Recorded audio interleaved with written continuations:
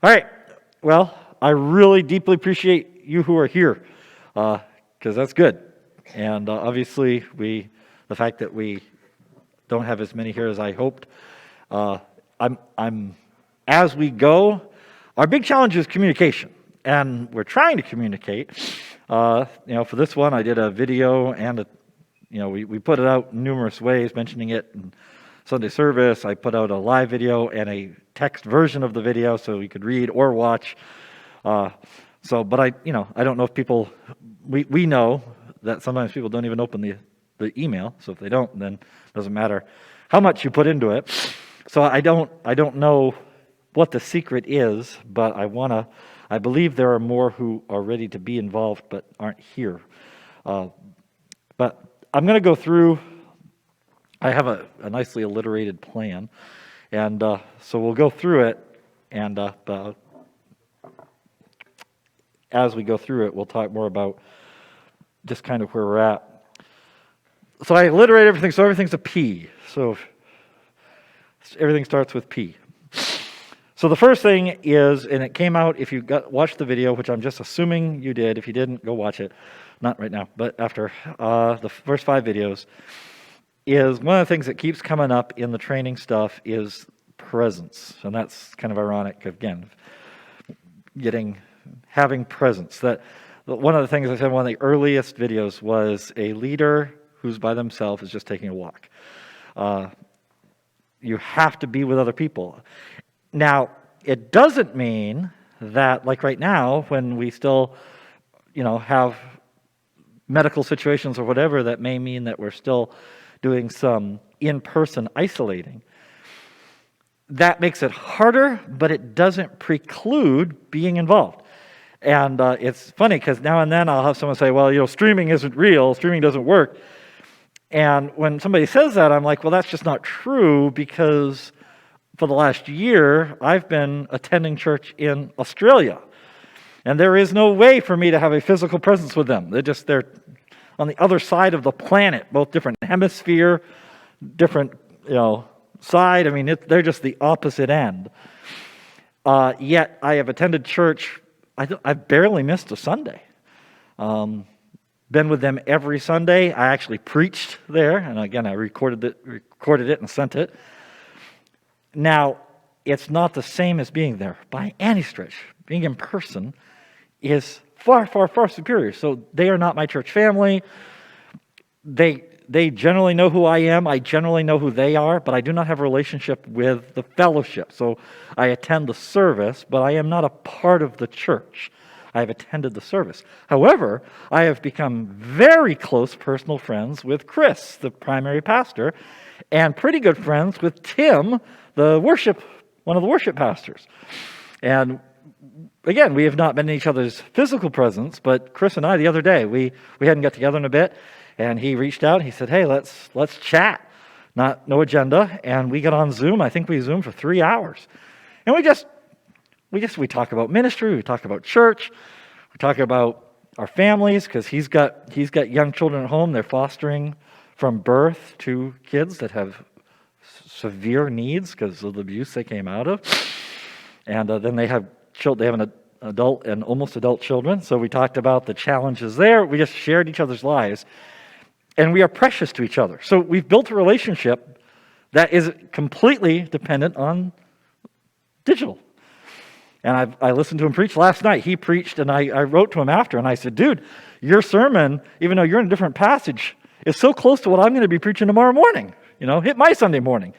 And he wrote back, and even this morning, we exchanged some real quick messages just privately about, and he's like, hey, I'll be praying for you today. I don't know if, a lot of times he's up in the middle of the night because the kids are restless. He says, if I'm up, I'll watch you. Because by the time we're having morning service, it's like midnight or 1 a.m. down in Australia because of the time difference. So you can still establish a level of presence during this time, knowing that this is a temporary time. Because we got Zoom, we got phone calls, we got different ways that we can still. Verna stayed in touch with me. She sends me like 8-page letters in cursive, which I used to know how to read. And sometimes my wife has to help me now a little bit. But she stayed in touch. She maintained relationship from home by sending me letters. So it's possible. But a leader disconnected is not a leader. And so this idea of presence. And then one of the other ways that I think we've oftentimes thought of leadership, including here at this church, and I think it's general, is we think of leadership in terms of making decisions. We're used to being on boards and committees and have to decide things. And we're used to thinking of leadership as making decisions. But spiritual leadership is not about making decisions, it's walking with people. You're not making decisions for them. And Caroline Sloma and Olivia Lehman approached me after church, said, "Can we talk to you?" And they had a work issue that they wanted to talk about. And so they together presented what they're struggling with as a work issue. And they said, "What do we do?" And I said, "I don't know. And I'm not here to tell you what to do." I said, "That's not how we work." I said, "Here's what I can share with you." And I just shared my understanding of some wisdom and biblical context. I said, "Now you're going to have to figure out how that plays out." I said, because it wasn't an issue of biblical absolute. I said, if the Bible had something explicit to say, then my job would be to help you interact with what the Bible explicitly says. I said, if you're talking about, we're thinking of killing someone, the Bible says do not kill. So I said, and then it's not me saying you can't do it. It's saying, here's what the Word of God says, and I am bringing it to. I said, but here, this is a judgment call that the Word of God has wisdom for, but the Word of God does not say, here's what you do. I said, it's not my job to step into that and say, here's what you do. Because that's not leadership. That might be parenting, but it's not leader. And even in parenting, it's after a while not that either. We're not making decisions for people, but walking with them. And so really, this comes back to the idea of presence. So much of our spiritual leadership is just showing up, which is again ironic because we need to do better on showing up, even to something like this. But just being there.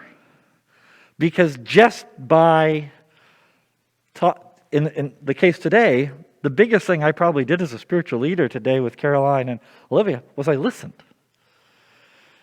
And let them talk and heard what is on their heart and then talked to them about where they're at. But just being there, that's the biggest role of being a leader, is just being there. So presence is vital. And so often we think of it's about attending a meeting and making decisions and directing great forces of nature or organization. And there are moments when we need that, but that's not, and here at Beans Corner, that is not our biggest need. Because God has raised up staff. So between myself, Cody, Beth, Jeremy, and Allison, we're able to make choices to execute things. Rick and Lisa, they can say, okay, here's the care, this care need, this care need. We've been able to, Sally can make decisions on the finance team stuff. We're not looking, we need more people to tell us what to do. And if we need more advice, there are people we can turn to and get more input.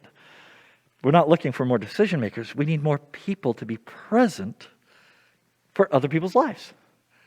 And that's so much of it. It's just the presence. So that's my technically my second P. The first P was we prayed. And my last P is going to be we close in prayer too. So spoiler alert. My next P, number 3, people. Presence, people. So we have two categories for our purposes today. We have the new people. Because we have new people coming in. We have a couple they weren't here today, but it sounds like they're going to make their home. They're Christians. They came out of another church, but they've moved into the area. TJ and Logan. Got it right. TJ and Logan. They came, they're friends with Henry and Laura Gibson, who are moving away but will still be here part of the time. And so new people, whether they're Christians or not, but newer people, and we have some people that I would call them new people, but they've been here a while now, but especially this year kind of reset the clock. So if they got here a year ago, they're still brand new because we didn't meet for a while and then we're under weird circumstances. But the biggest thing they need is they just need connection. Just to be befriended. Just to talk to them. A couple weeks ago, we had a woman come with her daughter, and I talked with her before service, and then after service, I never caught her. Never saw her again. And I'm really bummed, because I love to catch people on the way out to say, so how'd you like it? Get kind of their feel. Because even if mostly if they didn't like it, they won't tell you, but you can figure it out if they were uncomfortable, because they'll act awkward. So I can usually get a read either way. But just, and then sometimes they're like, hey, I'll see you next week. I can't wait to be back. And you're like, oh, okay, great. But just to interact and find out if the message hit them. But just talk. They just connection. Because so often new people, because like today it was interesting. We had some newer people, but they're people I know. But the newer people come in and they come in and sit down. And the people, the non-new people, that's my other category. I decided not to call them old people. But the non-new people, they come in, and so if I'm a non-new person, I come in, and Jeff's a non-new person, so I come in and I say, hey Jeff, how you doing? Hey Pete, hey Holly. But the new person comes in and doesn't know Jeff or Pete or Holly, so the new person comes in and sits down. So they need connection. They need to be befriended. And so then what is our job as leaders? To encourage connection. So if Jeff's new, I go, hey, who are you? Hello, nice to meet you. I'm Ira. He's Jeff. And I say, hey, Pete, I want you to meet my new friend Jeff. Or Jeff, I want you to meet my friend Pete. And I encourage connection. So the next time he comes in, he knows Pete. And so now when he comes in, he doesn't just go sit down because he's like, people talk to me. Because he just needed connection. To be befriended, just heard, hey, what brings you here? How come you walked in the door today? Are you new to the area? Are you here because something's happened in your life and it drove you into church? That's all. It's all. It's so simple. And just say, so, how are you? What's your name? Why are you here today? Then the not new, and the not new is basically anyone who's been here for a while but isn't already a shepherd. The not new person needs involvement. They probably already know other people. They've got enough connection that they come in and they don't just sit alone. There's someone else either walks up to them or they walk up to. They feel at home here. So they've got connection. But they may only come to church. So they like it here. They're used to being here. They call this their church. But they come, they consume a service, and they leave. So they don't need connection. They've got that. They need involvement. So an invitation to be involved. Equipping to be involved. They're relationally connected but need to be active. So we can try to encourage them for service. So that's the thing so the first one is just connection. The second one is involvement. The first one is the goal for them is attendance. Let's connect them so they'll come back. The involvement is, how do I help you serve? So you might say, hey, would you like to help with this? Or I'm doing this. Or hey, would you like to come out to this? Or whatever. And but the goal is, they're already at home here. How do we encourage their involvement? That's what we're shepherding them for, towards involvement. Because we need more people to do stuff. And to be part of the body, contributing. In the membership class, we say that, we quote the verse in the Bible, that says, the whole body grows by the effective working of each part.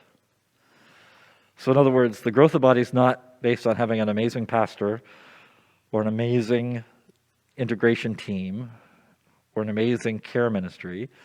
It's as each part of the body functions, growth occurs. So we need to get the parts moving, like physical fitness. Don't just come in and sit down, be involved. So that's the second P. So presence, our leaders need to be present. Even if right now you're digital, you can still be present. People need connection and involvement. Next P, preparation. And this was in the training too. The structure of the church, whether it be community structure, youth ministry, children's, care, facility, all the different flow charts we can have, whatever, exists to help people. People do not exist to help the structure. And what can easily happen for us as leaders, for me, is you start seeing the structure, and the structure needs to operate, and then we try to find people to make the structure work, which that seems intuitive. Won't work without the people. That's true, but the purpose of the structure is for the people. The people do not exist for the structure. We do need people to be involved for the structure to work, but in the end, it's the people don't exist so the structure will work. Even the working of the structure is supposed to be for the good of the people. Like one of the cool things this year, did Mike do the lawn? So Mike Welpley, he started his own lawn business. So he's mowing the lawn. Now, we're not paying him for it now, right? He wants to do it for free. Now, I think we should pay him for it, but I do not want to take away, he wants it to be part of his, he wants to do this. It's his offering. He's trying to be involved. Now, the lawn needs to be mowed, but Mike doesn't exist so we get a lawn mowed. Our lawn exists so Mike can mow it. See the difference? Because now he feels, he was looking for a way to give. And he asked if he could. So this is not, oh, thanks for helping us out. Now, obviously, that's how we're going to express it to him, because we are very grateful. But to think through all the things we have to do, and we do have to do them, the lawn does need to be mowed. But this is an opportunity. Mike exists. Mike doesn't exist for our lawn exists for Mike. But these are opportunities, because now we've achieved the second thing. He was attending, he's become relationally connected, and now he's becoming involved. Because now he is contributing, and the structure exists. Even the functioning of the structure exists so people can work together, so people can do the work of the ministry. And so when Mike shows up and says, I want to give back to the church, can I mow the lawn? Hallelujah, yes. Come do something, because it's good for you to come do something, because that's good for you. And that's, I'll tell you, me preaching. It's not just because you guys need a sermon each week. People have asked me, because I've preached now for over a year. I think I've set a personal record. I don't think I've ever preached this many consecutive Sundays. I'm up over 60 now. And so we had a funny exchange on Twitter, because another pastor guy on Twitter writes, I'm up to 25 weeks and I'm exhausted. Is anyone else? How do you handle it? And I said, this was a month and a half ago. I said, I'm somewhere just past, I'm coming up on 60 weeks. Because I didn't go on my missions trip and I didn't take my Sundays off during vacation because we just reopened. He goes, how are you doing? I said, I'm doing fine. I said, generally I am tired, but I'm not tired of preaching, because preaching is what God gave me as a gift, and I love doing it. I get excited. The study energizes me. I love learning, and then I love talking about it. I said that there are other aspects of the ministry that wear me out, but preaching isn't it. I said, I'm good, because I find joy in it. Why? Because it's what God's called me to. And so it is a joy to do. So you say, well, we need a sermon each Sunday, but I do it. I love to be able to share it with you, but this is my ability to give, and it's invigorating. And that's part of the model of the church. It's not, okay, let's slam you into a position and milk you dry. This is the opportunity for involvement.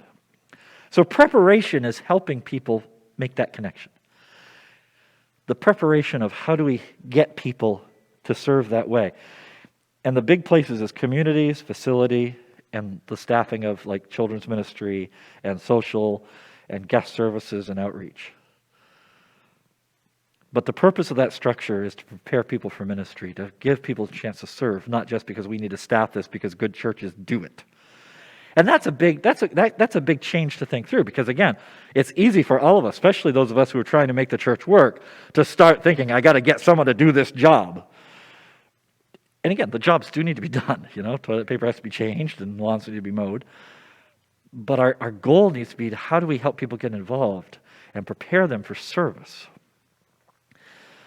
If I understood how to make that all work, I'd probably have written a book I just know that's the goal. So the fifth one, so we've done prayer, presence, people, preparation. One more, plan. What's the plan?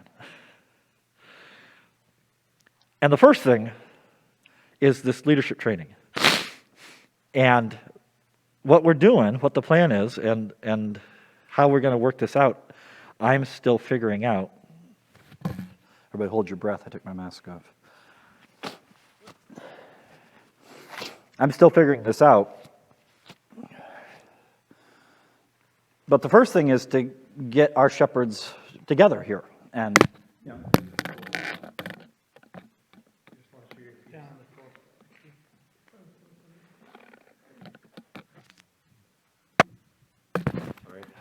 coming apart. All right, back on. The first piece is we gotta find out who our shepherds are. We know who our shepherds have been, because they were the elders and the deaconesses that we had before all this started. Who is and who is still a shepherd? Well, I'm trying to figure that out by who's participating in the worship, in the training, and here. Now, you guys are awesome. I do not want to think this is it. Are we still two guys?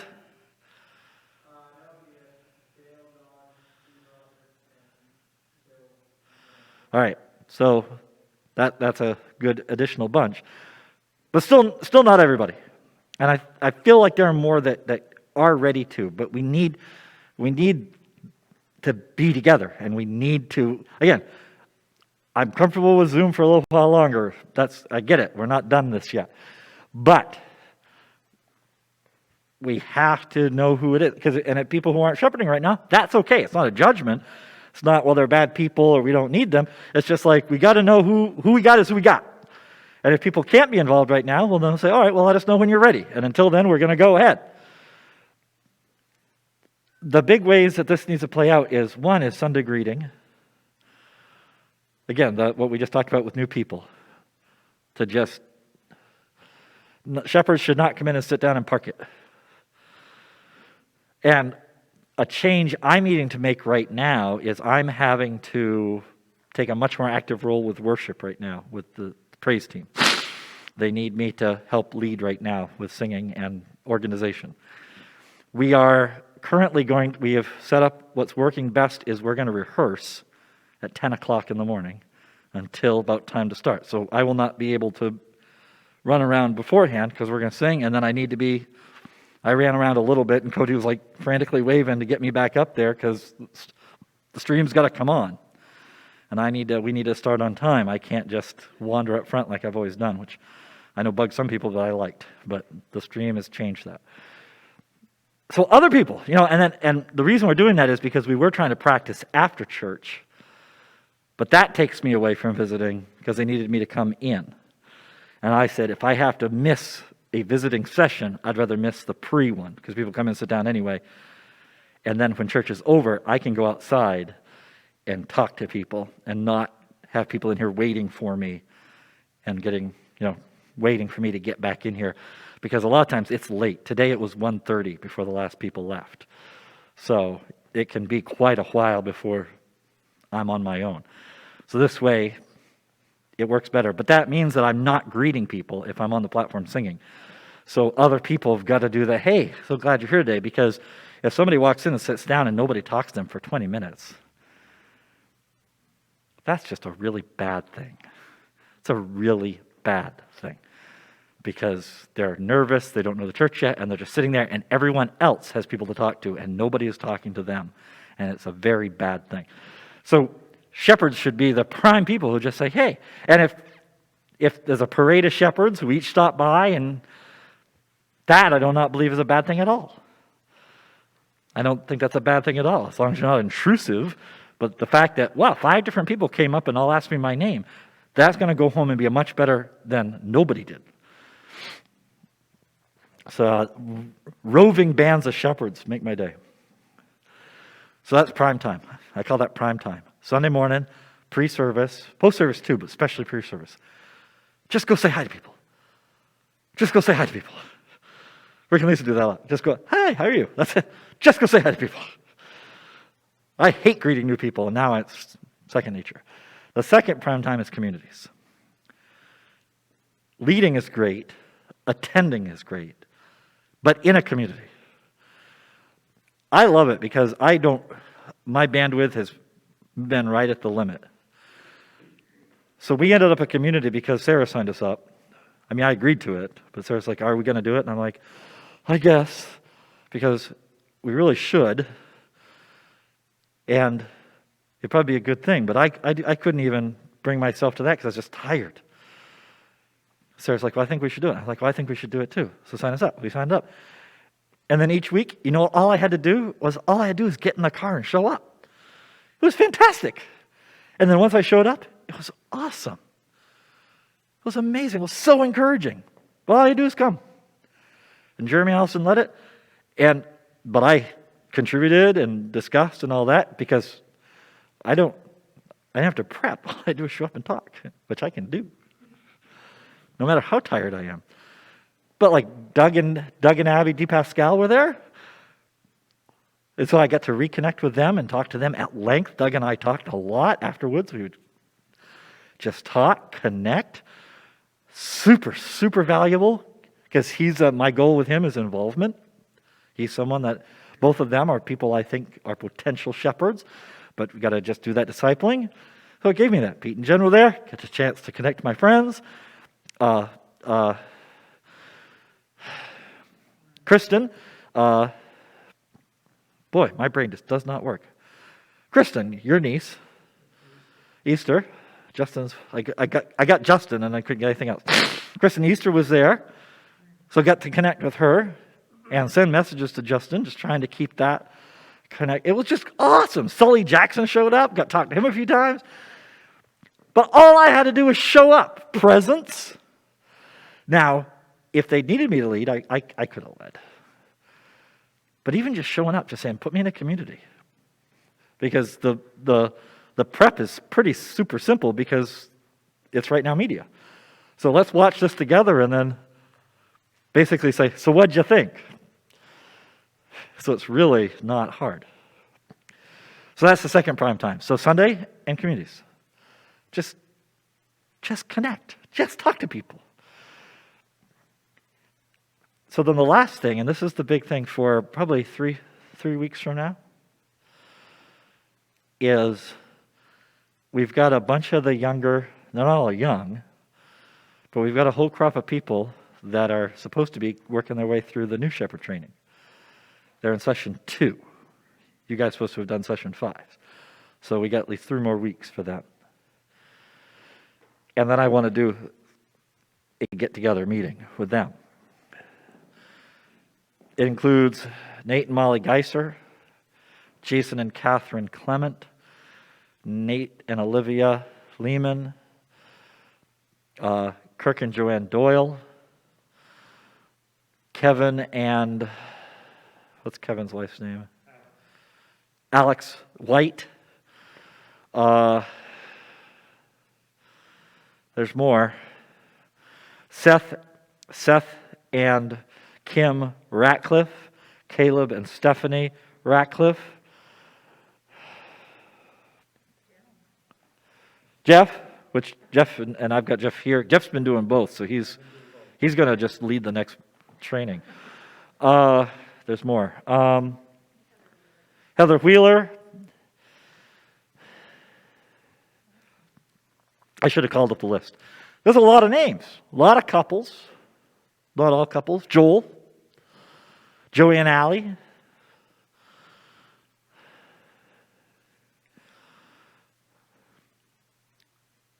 and maybe a couple more that this moment won't come to me. I want to get Doug and Abby DePascal into that too. But well, that's the same as with the shepherds. I don't know, but the video views on it has been encouraging. The videos are being watched according to YouTube. But I'm going to do a thing like I did with this. But I know that when I first didn't send it out, several of them said, I didn't get it, where is it? So there was a level of engagement that was encouraging to me. So what I want to do when they hit the 5-week halfway mark, I want to have a cookout here with all the shepherds, including the ones who aren't here today, and them. I don't want to just have them come. I want them to come because they need you guys just to learn the ropes. And these are all shepherding candidates. You guys are going to need to vote them in to make them shepherds. Well, they have to become members first. So that's why we have to, some of them are ready to be voted in and some of them need membership class. So it's a multi-step process in some cases because, you can't be a shepherd till you're a member. So there's some additional steps. But I want to, this is part of getting the gearing going.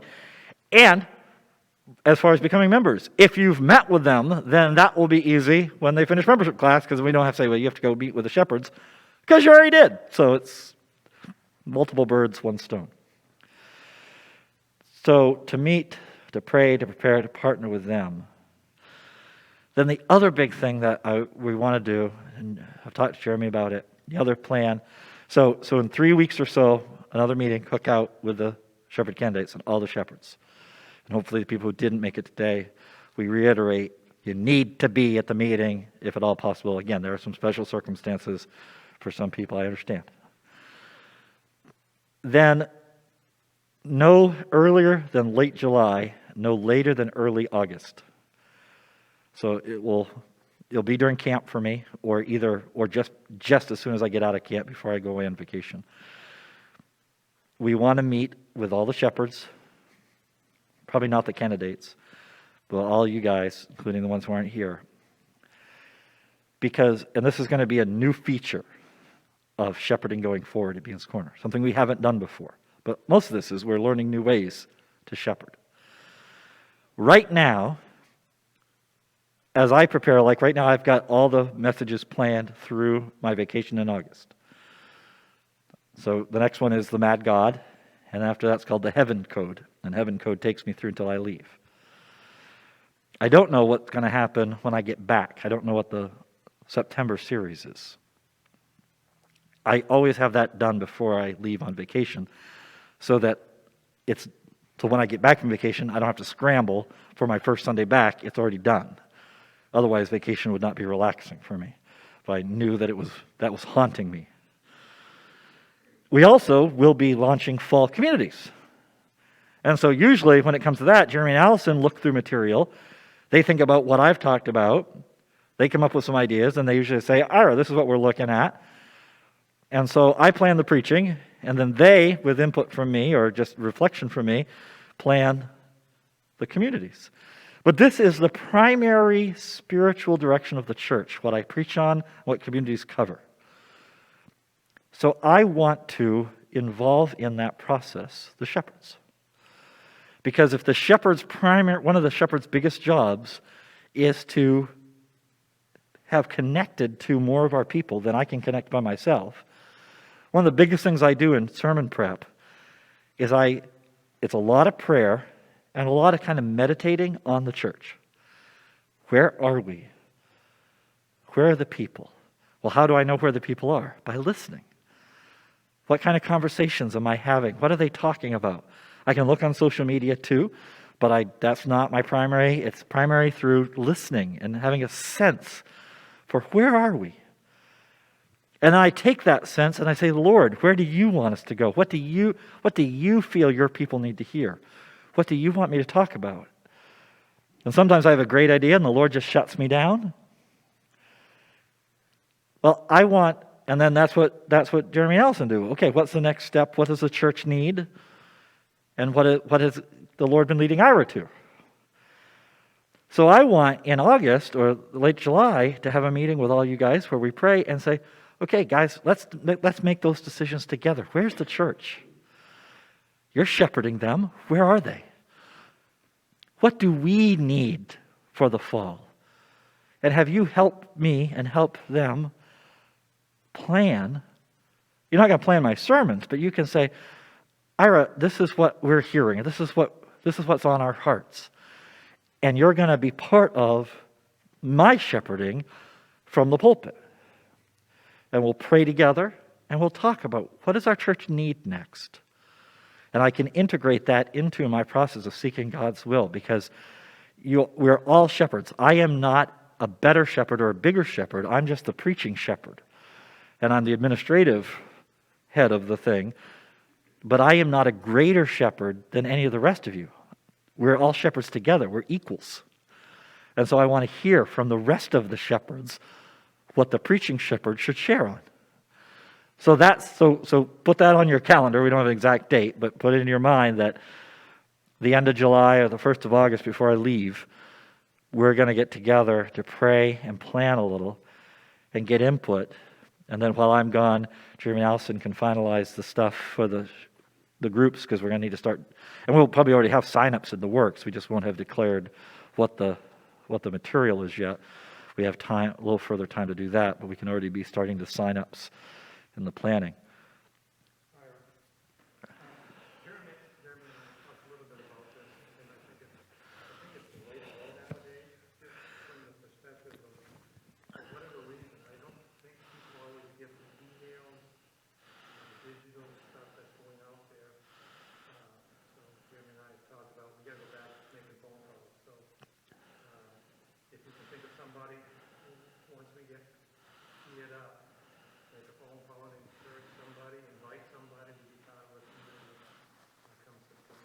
Yep.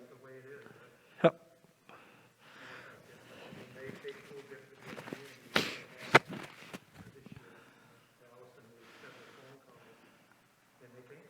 Yep.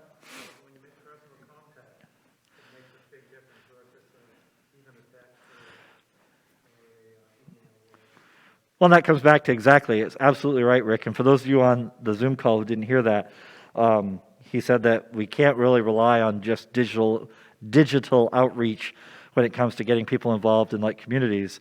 They need a personal invitation. And that comes back to number 3, people. We need to encourage involvement through the personal connection with people. And so they need an invitation to, will you become part of this? Will you join me on this? Hey, will you come to this?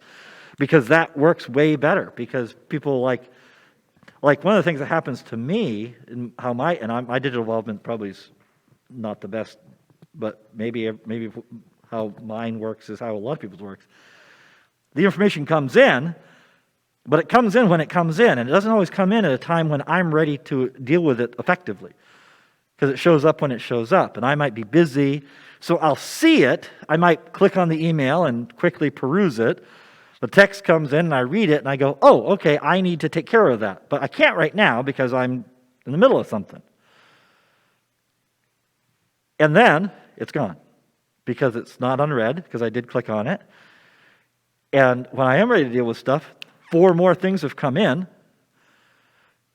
and that thing I meant to get back, but I just lost it. It didn't get engaged. And sometimes what I do is I sit there and I think about it. Maybe I'm driving or whatever, and and I think about what I'm going to say or what I'm going to reply, but then I haven't had a time to do it. And then later when I think back on it, I remember thinking that and think I did it.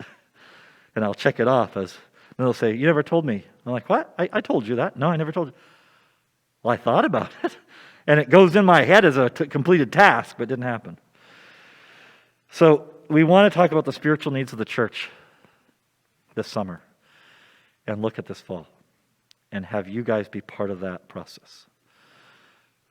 That is the end of my training stuff for today. And I was hoping, I was like, if we have a big enough group, I was going to have us break into groups and stuff like that, but we're not going to do that. My goal was to keep it under an hour, and we are under an hour, especially started late, trying to get everybody here. I've got more information coming. I'm going to try to send more stuff out to you to further equip, and as we're energizing our staff teams, I've been gathering stuff on how to make when we do meetings much more profitable. Make sure they're very focused with know why we're having it, not just a meeting because we wanted to have a meeting, but know why we're having the meeting, do what we plan to do during it, and then be done. Be super respectful of time. Not just, okay, we're going to meet for the next hour and a half, see what happens, but say, whenever possible, keep it within an hour, just because we're all busy, and after a while you get brain fade. So like today, I was like, I've got everything mapped out. I know what I'm going to talk about. Then we're done. Under an hour. So and I'm hoping that also, it's one of these things where as we respect other people's times with focused meetings that have a definite purpose and a limited time frame, that will encourage people to say, all right, I will return that respect by attending, because you will treat my time well and I will give you my time. And that's the calculation I'm kind of banking on, that we know why we're there. It's for a very specific purpose.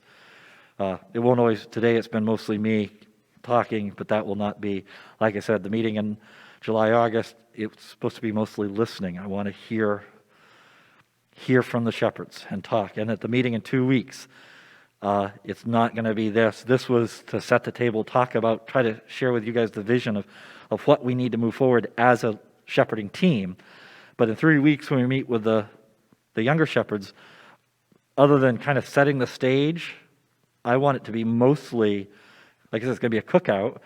I want it to be mostly building relationships between the newer people and the existing people. All right? It's not going to be primarily an informational meeting at all. And anytime that we just need to do information alone, I'd rather do that through video or email or whatever, rather than having everybody here. But there is a value, as Rick said in opening prayer, there is a value of us being together to share. And today that's been mostly me sharing, but that's not going to be how they all work. Questions, thoughts, reflections. Rick already shared something, but anyone else? Anything that, including anything you think, man, I'm going to help you. Here's something you need to hear or something you need to know. Or, Beth and I and Cody talk real regular. Rick and I at least talk part of the time. Jeremy and I have burned up plenty of time on the phone. But again, the more we can connect, the better.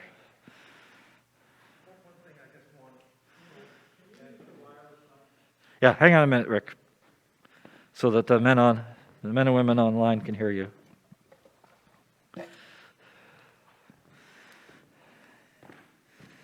The next voice you hear will be Rick Simino. Early on in the pandemic, we broke up the directory and had 30 or so shepherds.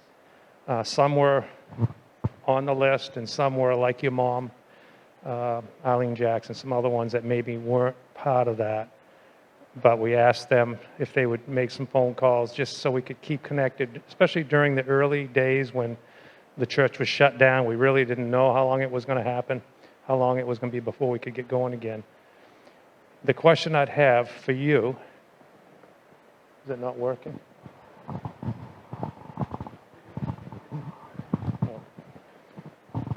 I guess the question I'd have for the existing shepherding team, and the reason I asked this question is because yesterday I had a chance to talk to 2 different people that haven't been back since the pandemic started back in March.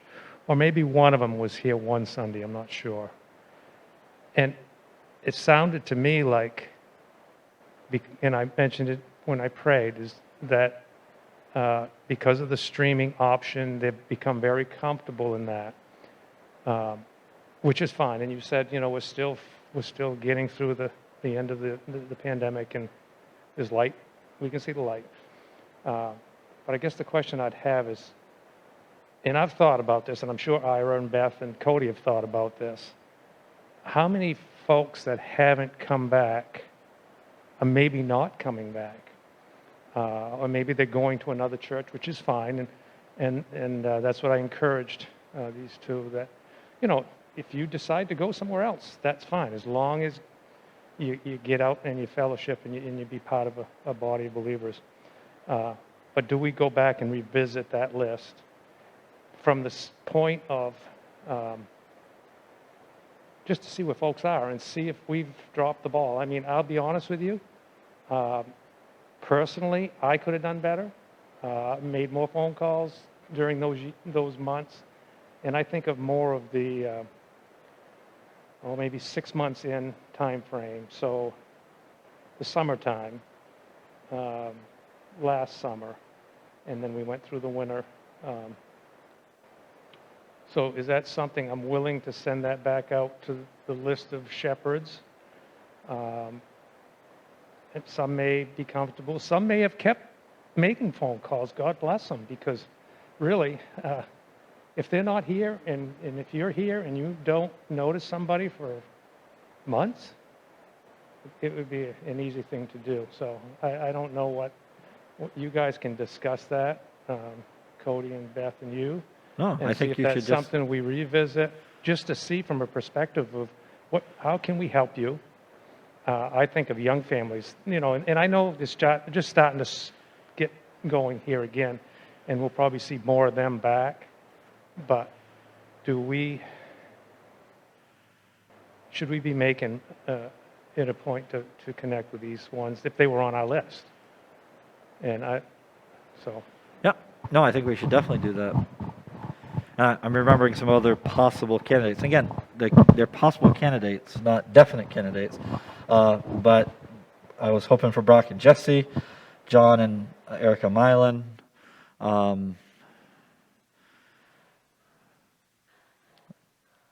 There was somebody else on my list that you made me think of. But yeah, there's others who, we haven't seen yet. Nick and Emily Clemens. Emily, they're supposed to already be. They haven't been back to. So I've been in touch with Erica, with Emily quite a bit, just over digital.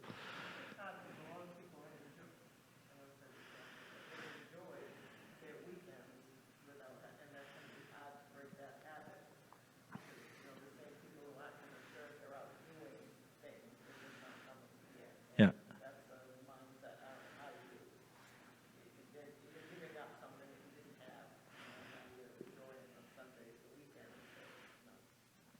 All right.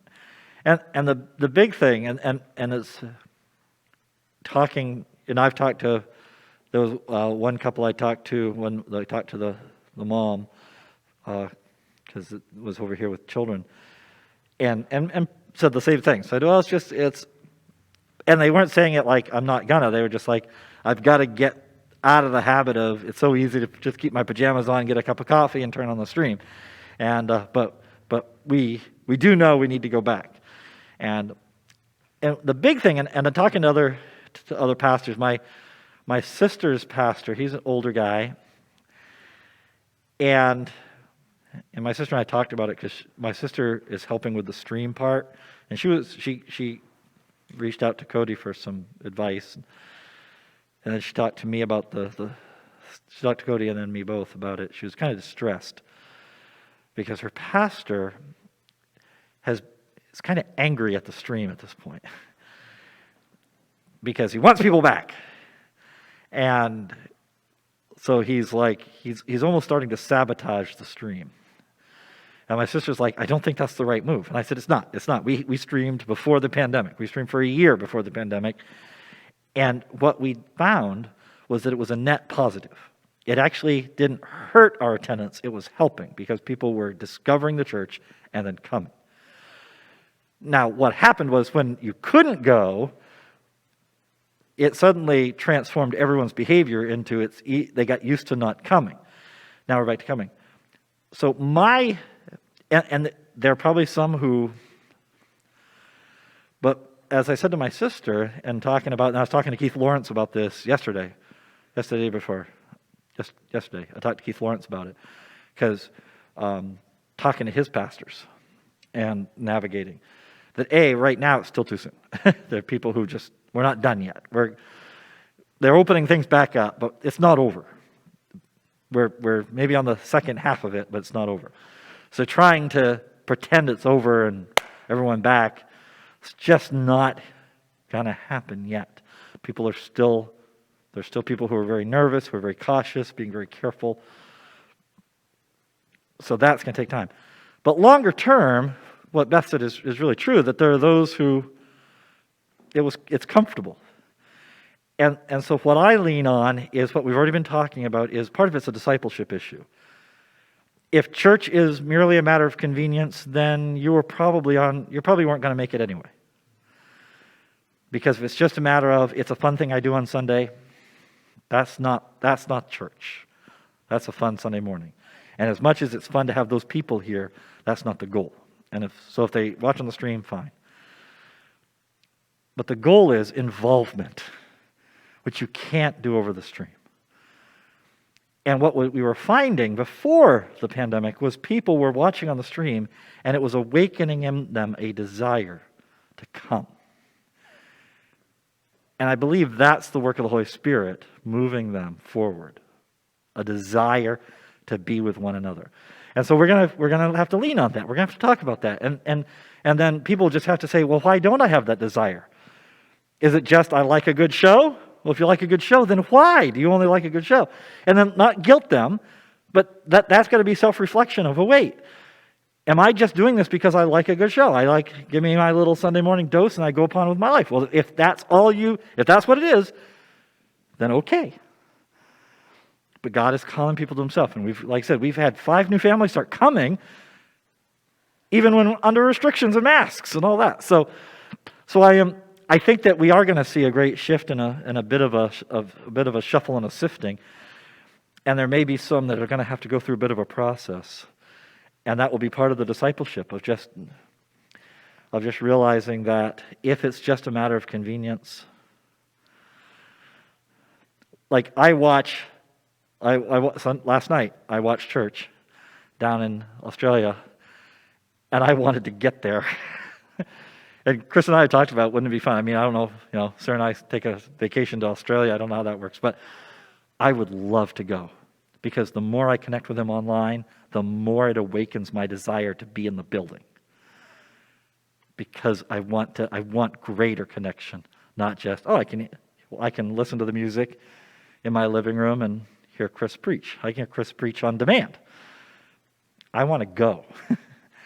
And so the people who are here can. Australia's a bit out of my reach right now.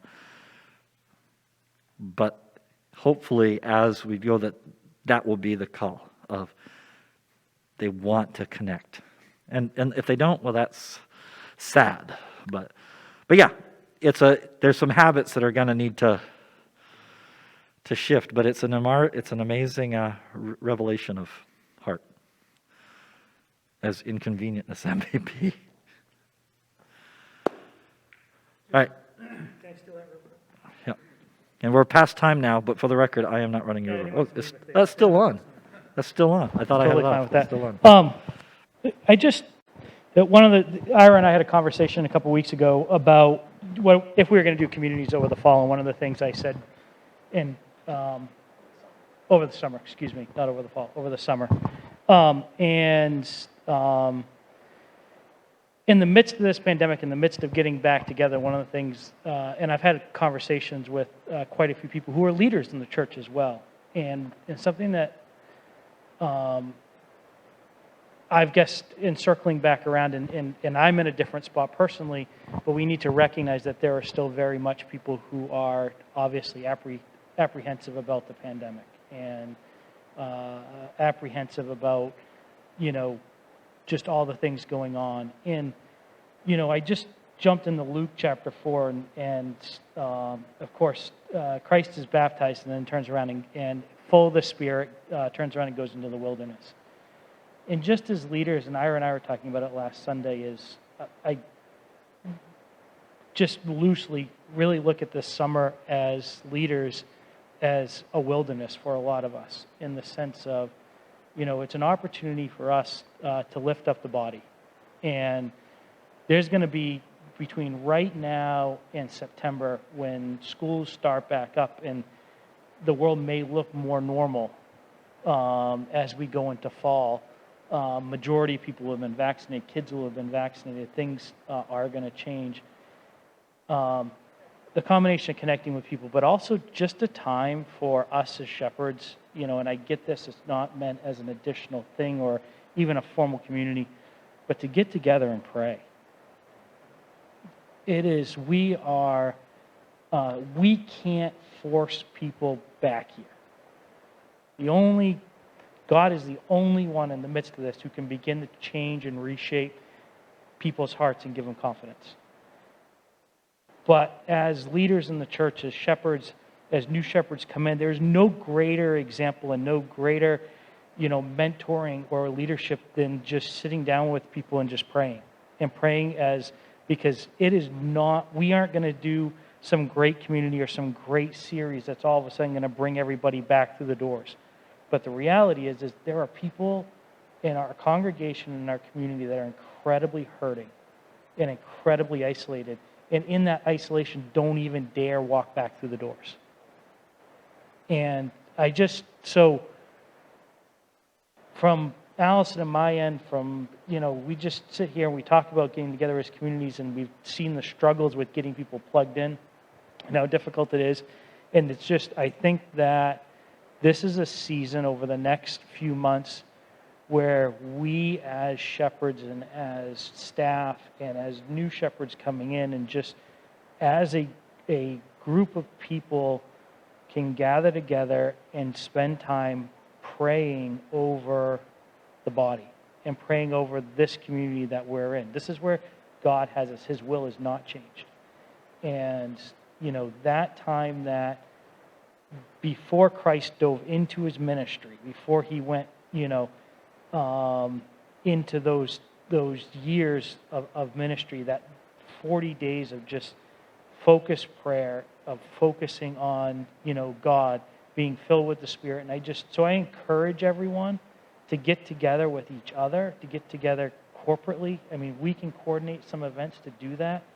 That I guess will be a little more formal, but this is such an important time, this next few months going into the fall. So that's all I have to say. Anything else? Ask Pete to pray if we're done. Pete, you mind closing us in prayer? God, thank you for your church here at Beans Corner and the opportunity we all have to be involved in what you're doing, reaching lost people, building your church, drawing people to yourself. Shape us, give us your vision, your desires, your heart for the lost, and your heart for the church. Help us understand better and better where you're headed, and learn to cling to you in that direction every day. We pray all this now in your name. Amen. So thank you on the stream. Thank you guys, and have a good day.